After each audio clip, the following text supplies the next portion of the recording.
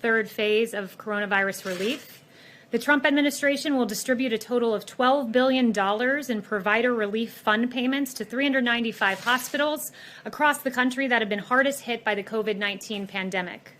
These hospitals have collectively cared for over 70% of the 184,000 Americans that required hospital inpatient care. $10 billion of the $12 billion will go towards hospitals treating 100 or more COVID-19 admissions. HHS is distributing an additional $2 billion to these 395 hospitals in proportion to the amount of care they provide to low-income and uninsured patients. This is consistent with our effort to ensure that Americans who need federal government assistance the most receive it. We'll be releasing a breakdown of the states receiving this funding and the counties receiving this funding, but for your awareness, New York, New Jersey, and Illinois receive the most funding by state, while New York, Bronx, New York, and Cook, Illinois receive the most funding by county as determined by our metrics. Our healthcare providers, as President Trump has repeatedly acknowledged, are our heroes as we work to defeat the invisible enemy. This relief funding will help these heroes defeat this virus. In reacting to CARES relief, I love what this one provider said. He said, thank you and God for this relief. I have tears in my eyes out of gratitude for these funds. Thank you so, so, so much. Additionally, 100 flights as part of Project Airbridge have been completed to date. These flights have expedited nearly 1 billion pieces of PPE for our healthcare heroes. The third phase of coronavirus relief also included $320 billion in additional funding for the Paycheck Protection Program, which, as you all know, provides forgivable loans to small businesses in order to keep their employees on payroll. This program has been extraordinarily successful. During the first round of PPP loans, 1.6 million loans were issued to small businesses. Of those 1.6 million loans, 1 million of them were given to companies with 10 or fewer employees. So it has gone to small businesses and businesses that need it most. But the PPP, look, it's not just another government program. This is supporting everyday Americans who, through no fault of their own, have found themselves in this predicament. We saw this firsthand at the White House on Tuesday. On Tuesday, President Trump welcomed small business owners and employees to the White House.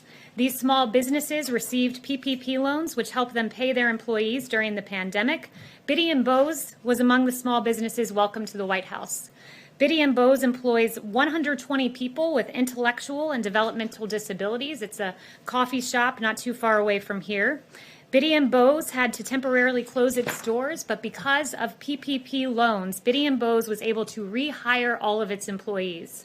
I had the real honor of getting to meet Michael Hoyp. He's one of the employees at Biddy & Bowes, and he offered some words of encouragement to our country, and they really touched my heart, and I think they'll touch the heart of America, if you guys wouldn't mind playing those remarks.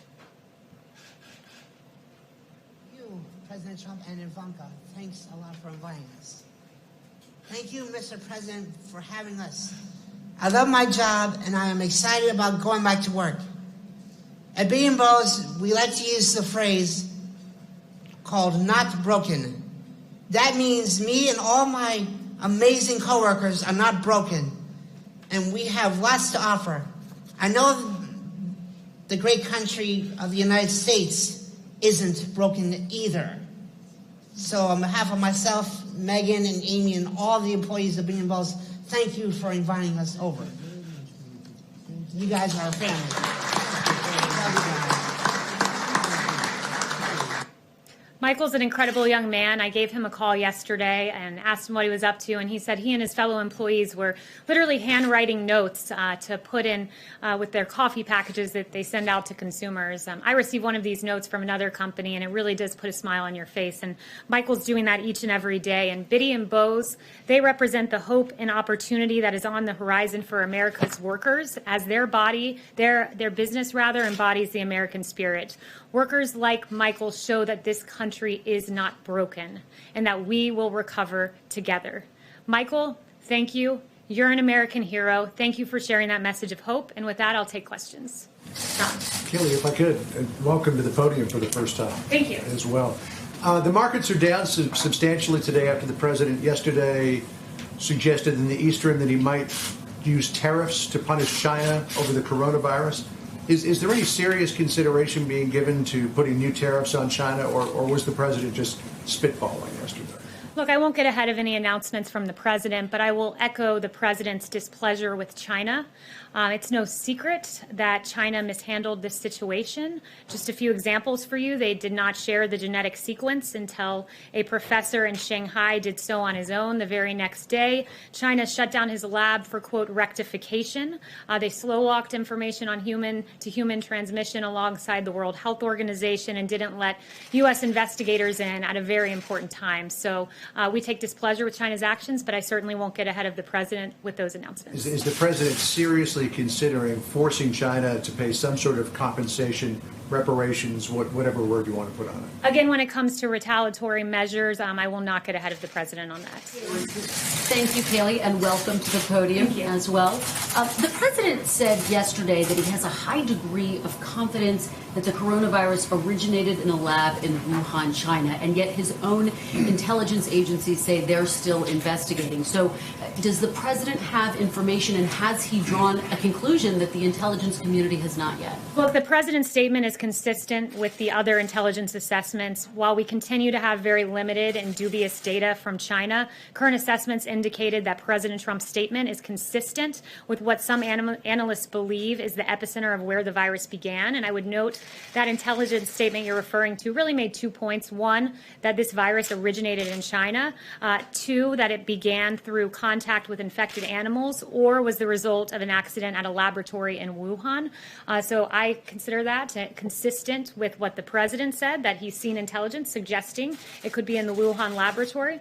Yes. Seem to lean into the idea that this started in a laboratory, whereas the statement that we saw from the DNI said we're still investigating those two options that you just laid out. Is the president in any way creating mixed messaging by not saying we're still investigating? No, let me remind everyone, intelligence is just an estimate, essentially, and it's up to policymakers to decide what to do with that intelligence.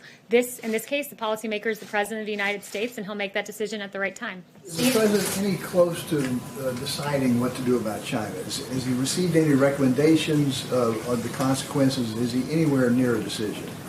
Look, again, I won't get ahead of the president's decision or the timing of that decision, but he takes this very seriously because the decisions of China that I referenced, slow walking some of that information, put American lives at risk. And rest assured, this president has one priority, and that is the safety and the well-being of American lives.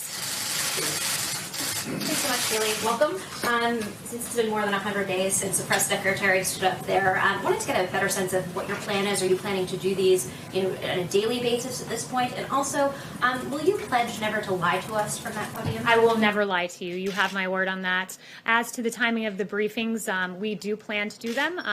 I will announce timing of that forthcoming, but we do plan to continue these. John?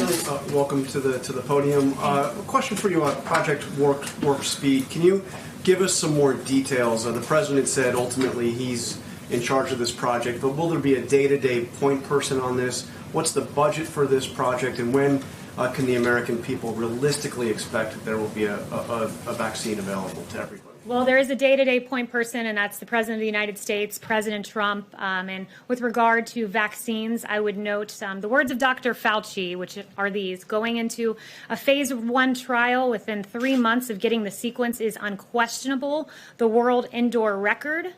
Nothing has ever gone this fast. So what the president is doing, and under the president's leadership, we're in phase 1 faster than ever before, according to Dr. Fauci, and that should encourage the American people. In the budget, and then there's really no other point person. I mean, I know the president ultimately, I guess the buck stops with the president, but he hasn't put somebody on the staff. I'm not going to get into any details as to exactly how that works, but just rest assured we're on an accelerated pace to a vaccine, at least for this phase 1 portion of clinical trial. Budget question?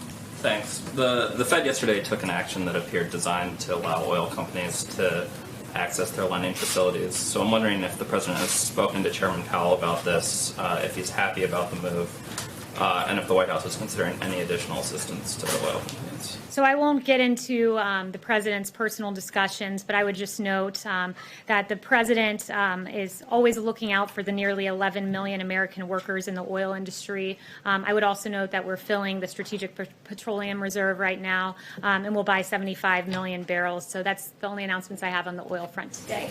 Yes, Halu. Thank you, Kayleigh. The president tweeted this morning about the protests in Michigan. He essentially said that the governor of Michigan should work with the protesters. He called them very good people and said that they are very angry. Some of those protests, I'm sure you saw, included heavily armed protesters, members of militia groups. I wonder if the president was speaking about those specific members who stormed the Capitol in Michigan when he talked about very good people. Look, the president was referencing generally that in this country you have a First Amendment right to protest. I think that's something we all treasure here, and we should, rightfully. You have a right to do that constitutionally, but you must protest within the bounds of the law. He encourages everyone to protest lawfully, and also to engage in our social distancing guidelines, which we think all Americans should engage in. Do you have any response to just the imagery of people with long guns essentially storming the Capitol, going into face-offs with police officers and intimidating in some way some of the lawmakers? Again, the president says that we must protest lawfully and act within the bounds of the law. Yes. Thank you for being here. When the president says we did a spectacular job, or when Jared Kushner talks about a great success story, some Americans see it as a lack of empathy. Do you understand their reaction? Look, Jared Kushner has, first of all, done a great job for this administration. And what I would say to that is that when he talked about a success story, he was talking about the story of this administration, which is a story of mobilization for the American people, the greatest mobilization of American industry since World War II. Of course, we grieve for every American life that has been lost, but we want the American people to be confident in the response of this administration, and that is what he was referring to. The fact that in the average year, the healthcare industry uses 25 million N95 masks, and we have delivered in this short time 75 million N95 masks, more than 3 times what the healthcare sector uses in a year. That's extraordinary. It's extraordinary that some in the media were saying that we needed 1 million ventilators, and this president we've needed far short of that so far. Not a single American has died for lack of a ventilator, and the fact that this president can look the American people in the eye and say, I am producing 100,000 ventilators this year alongside the private sector. 100,000 ventilators, that's 3 times what we produce in the average year. I'd consider that a great success on behalf of the American people. I guess it's more about the tone than the policy itself. We want to give the American people confidence that they have a federal government that is doing everything in our power to provide the necessary equipment to combat this invisible enemy. We grieve for the American lives. We've said that repeatedly. I will echo that today. My heart breaks for those. I pray regularly for those who are affected by the coronavirus. But we're going to give confidence to the American people that you have a federal government under President Donald Trump that's going to step up and give the greatest mobilization of the private sector since World War II. Yeah, thank you so much, Kayleigh. Thanks for being here. President Trump mentioned the situation in Brazil a few times this week. Besides talks of cutting off flights from Brazil, are there talks of, in terms of sending assistance to Brazil, sending PPE or ventilators to Brazil? And is President Trump planning to talk with President Bolsonaro? Well, the president has mentioned that he has sent ventilators around the world. Any excess supply, we certainly look to help other countries. But, in terms of a specific announcement regarding Brazil, I don't have any new information for you on that front today. Yeah, Kayleigh, welcome. One of the most important parts of your job, though, is to have access to the president. Can you give us some indication that since you've been named press secretary, what kind of access do you have to the president to get what he's thinking and relay it to us? Yeah, I can tell you this. I'm around the president almost the entire day. I was just with him before I left to come out and speak with you guys. I think my staff can attest to the fact that they have a very hard time finding me because I'm normally with the president in the Oval Office. So I'm consistently with him, absorbing his thinking, and it's my mission to bring you the mindset of the president, deliver those facts so this president gets fair and accurate reporting and the American people get fair and accurate information. Yeah. Thanks, Kayleigh. Just following up on Kristen's question, China's blocking the World Health Organization from coming in and investigating how this started. Shouldn't external investigators be allowed into Wuhan to determine, 1, how the pandemic started, and 2, maybe a way that we could expedite finding a cure for this thing? Look, there's no secret that China stopped U.S. investigators from coming in. It was of paramount importance that we got into China in an expedited fashion, and that didn't happen. With respect to the World Health Organization, they have some questions of their own to answer. The United States, as the president has emphasized, provides about $400 million to $500 million per year to the WHO, compared to China at roughly $40 million a year. But yet the WHO appears to have a very clear China bias. I mean, you look at this timeline, and it's really damning for the WHO when you consider the fact that on December 31st, you had Taiwanese officials warning about human-to-human transmission. The WHO did not make that public. On January 9th, the WHO repeated China's claim that the virus, quote, does not transmit readily between people. That was quite apparently false. On January 14th, the WHO again repeated China's talking points about no human-to-human transmission. They praised China's leadership on the 22nd of January. On the 23rd, they said, and this is incredible, the pandemic didn't represent a public health emergency of international concern. And even on February 29th, you had the WHO saying that when the coronavirus was spreading around the world, they chose to put political correctness first by opposing life-saving travel restrictions. The travel restrictions this president put in place, the travel restrictions that Dr. Fauci praised as saving lives. And you have the World Health Organization opposing a measure that saved American lives. That's unacceptable, especially at a time when the U.S. was providing $400 to $500 million. John. Kayleigh, this time last week, the president was saying that he was not happy with Georgia's Governor Brian Kemp for beginning the reopening process in the way that he was at the time that he was. A week later, there have been some peaks and valleys in new cases in Georgia, but overall the trend line is down. Do you know what the president's thinking about the Georgia reopening is as of today? Look, the president is resolute in saying that the states take the lead here. It's the decision of governors to decide what is best for their state. That being said, I talked to the experts. I talked to Dr. Birx. I talked to Dr. Fauci, and they say, rightfully so, this president has always sided on the side of data, which is why he encourages all states to follow the data-driven guidelines to reopening. All states from Georgia on down the line should follow those guidelines, but ultimately it is the decision of the states. And one note I would make about the president, in times of national emergency, we seem to have had a trend in this country where presidents aggregate power at the federal level, but this president has devolved power. He's invested in a principle that I cherish, and I know many others do, which is federalism, and I think that was the right decision. Has he mentioned how he feels about Governor Kemp in the last few days? I have not spoken to him about Governor Kemp in the last few days. As the on the lines of reopening, as the president pushes forward to reopen the country, does that mean he'll be campaigning in those states where that will be reopening? So I would refer you to the Trump campaign on that question. Yeah. Yeah. Thanks for being here, Kayleigh. You mentioned Dr. Fauci a minute ago. Are we going to have any more press briefings with Dr. Fauci and Dr. Birx and the health experts, or is the White House kind of shifting the message to focus more on the economy and less on the public health aspect? Well, let me back up and talk to you a little bit about how we approach disseminating information. When I talk with my colleague Alyssa and we plan out the communication strategy for this White House along with the president and Ben as well, what we do is we say, what is the best mode for the public to receive this information at this time? And we allow the news cycle and the needs of the American people to guide us. And, at the moment, what we see happening, and I hinted at this in my gaggle last week, is you have 35 states, and probably more at this point, with plans to reopen the country. Americans are looking to reopening the country. We've had Dr. Birx in several events this week. They've been Dr. Birx and Fauci out on the airwaves. They're really incredible people and have done a great service for this country, but we allow the news of the day to guide us, what the American people need to hear. And right now we're in a reopening phase, which is why you've seen the president this week with CEOs, you've seen him with small business owners, with small business employees, today with some great heroes that have emerged from this pandemic and have done a lot of the hard work. So every day we approach this as, how can we disseminate this information? There's a need for information, which is why I'm here supplementing the efforts of this president to get the message out. I would also note he's the most accessible president in history. Took questions twice yesterday, twice the day before. You hear from him quite often, as well as our medical experts. So is the task force still meeting? I guess what's the role of the coronavirus task force? We still have hundreds of people a day are dying. So what role does the task force have versus the economic advisory groups? Yeah, the task force meets regularly. I go to those meetings. I hear them.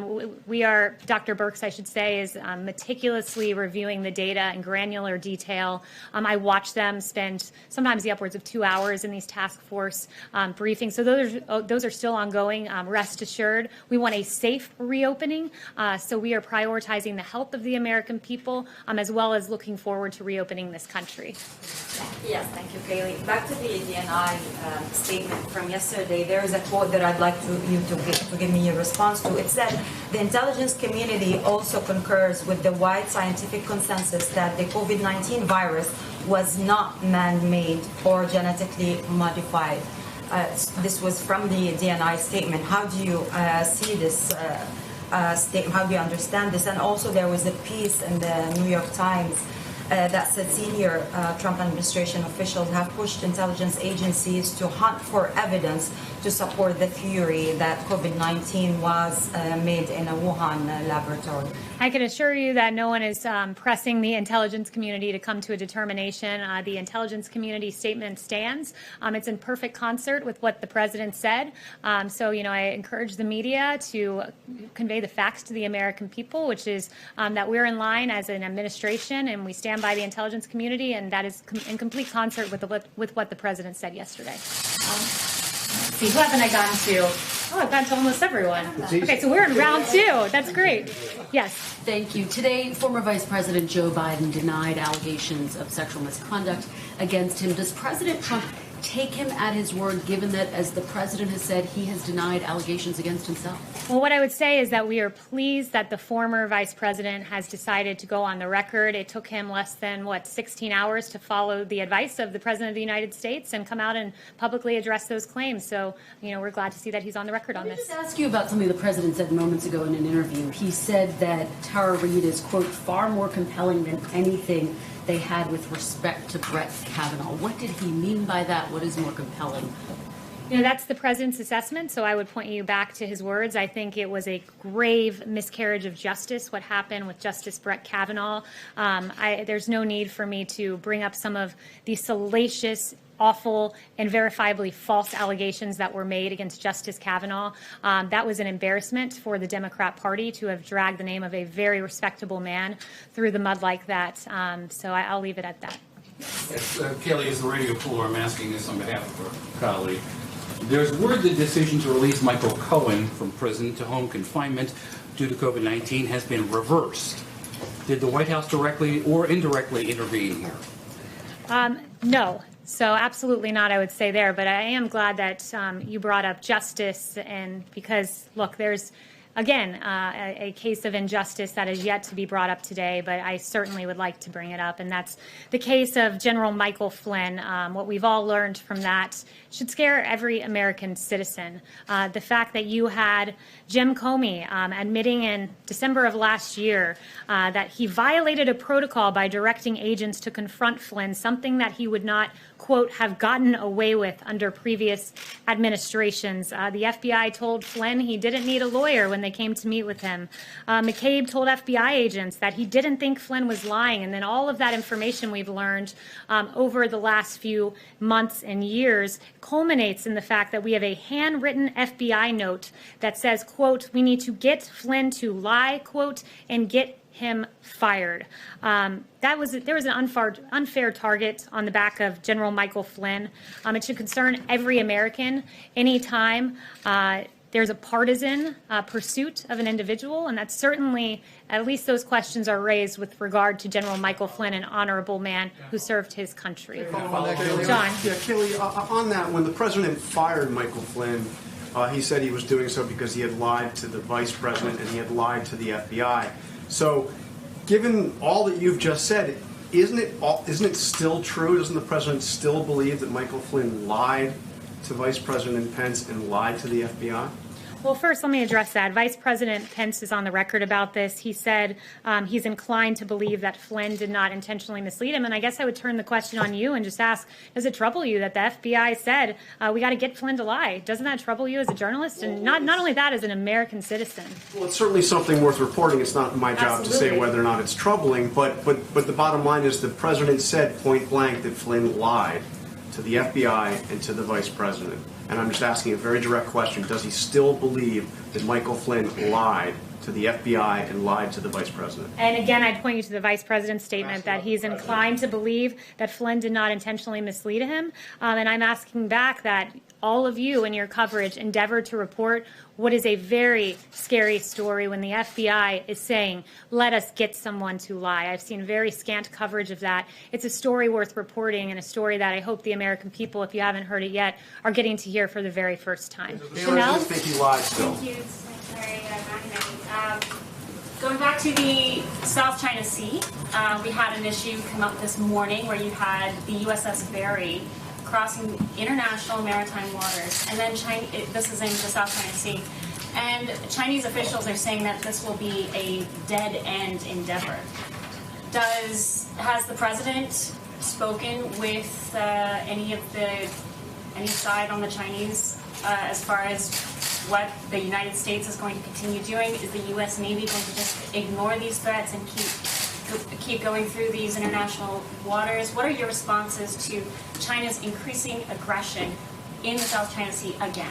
Yeah, I have no news to report as to the president's conversations, and for the specifics of that, I would redirect you to the NSC. Yes. Thanks.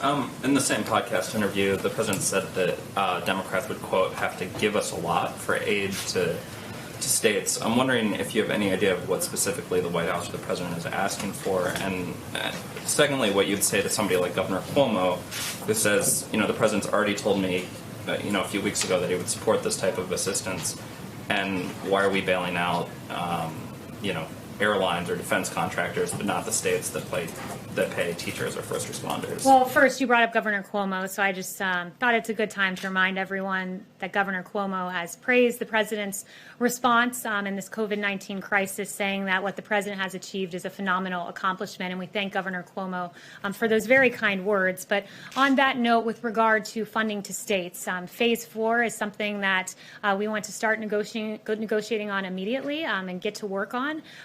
The president has said, look, I will certainly look to consider helping states who have coronavirus reasons for the financial situation they find themselves in, but he doesn't want this to be an excuse for decades and decades of bad Democrat governance that have run some of these states into a financial predicament. So he has mentioned that in terms of the types of things he wants to see in this Phase 4. I don't want to get ahead of the negotiations, but I do want to emphasize that he has mentioned sanctuary cities. This is a really important issue that has cost American lives. Last year, our brave ICE officers arrested more than 120,000 criminal aliens charged with nearly 10,000 burglaries, 5,000 sexual assaults, 45,000 violent assaults, 2,000 murders, and in the last year, egregiously, 5,000 human trafficking episodes. So American lives matter, our brave ICE men and women matter, and it's something that he's mentioned he'd like to see in a Phase 4. I mean, you raised that, and the president's been kind of vague about this. Are you explicitly conditioning state aid on states or cities, not saying that they would have sanctuary city policies? No, I'm not. No, not conditioning anything, but saying that is a negotiation item that the president will certainly bring up. Thanks very much. So the president has in the past denied any of the allegations from the many women who have accused him of sexual misconduct. But for that podcast today, you seem to suggest the allegations that Tara Reid has raised are more, what did you say, credible than the ones against Brett Kavanaugh. What about the allegations that were raised against him, however? Why should the public, or what makes them any less credible than the allegations from Tara Reid? The president has swiftly denied all of these allegations that were raised 4 years ago. He has always told the truth on these issues. He's denied them immediately, and you're bringing up issues, like I said, from 4 years ago that were asked and answered, and the American people had their say in the matter when they elected President Trump as president of the United States. But, the media, leave it to the media to really take an issue about the former vice president and turn it on the president and bring up accusations from 4 years ago that were asked and answered in the form of the vote of the American people. Just come back, Kayleigh, to John's question, because Kellyanne Conway spoke to this the other day and suggested that two things could be true at the same time. We now have the Vice President saying it's his belief that General Flynn may have unintentionally misled him. That's now 3 years after the fact. But the two things that could have been true at the same time were that Flynn lied to the Vice President and also lied to the FBI. If you remove the FBI piece of that, would the President still have fired Michael Flynn for his belief that he lied at that point to the Vice President? I mean, I'm not going to engage in a hypothetical, and that's essentially what that would be. But what I would say is echo yet again that this was a grave miscarriage of justice. I am very glad that the FBI thought to keep a paper trail, because what many have said for a very long time, pointing to the first few facts I shared with you, culminating in that handwritten note, I'm glad they kept such good documentation of their intent to slow walk General Flynn into a trap and to essentially create, as I mentioned, a grave miscarriage of justice. So FBI, at least we can thank you for the great note-taking. Let me follow up on that, though. John does bring up the point that General Flynn pleaded guilty to lying to the FBI. I'm not going to get involved in what was a matter of justice. Do you not consider it a miscarriage of justice when you have the FBI writing, "We want to get someone to lie"? Is that a miscarriage of justice? But in the end, he pleaded guilty, and then that's... You hesitated because you know what the answer is. The answer is yes. That's up to a lot of other people to decide. And I would encourage the media to cover it, because I've watched a lot of your networks. I've read a lot of your papers. I've seen a whole lot of scant information about Michael Flynn when there was a whole lot of speculation about Russia, culminating in $40 million of taxpayer money being lost and the complete and total exoneration of President Trump. Thank you guys so much. I'm going to cut this short now and go see my little 5-month-old here in a few hours. And let me just say this. The president at 5 p.m. leaves today for Camp David. It's going to be working weekend. He'll be talking with heads of states, with elected officials. We have a great event coming up this afternoon. And, of course, everyone should watch the Fox News Town Hall with the president from 7 to 9 p.m. It'll be can't miss television, much like the highly rated President Trump coronavirus task force briefings have been. Thank you. Thank you.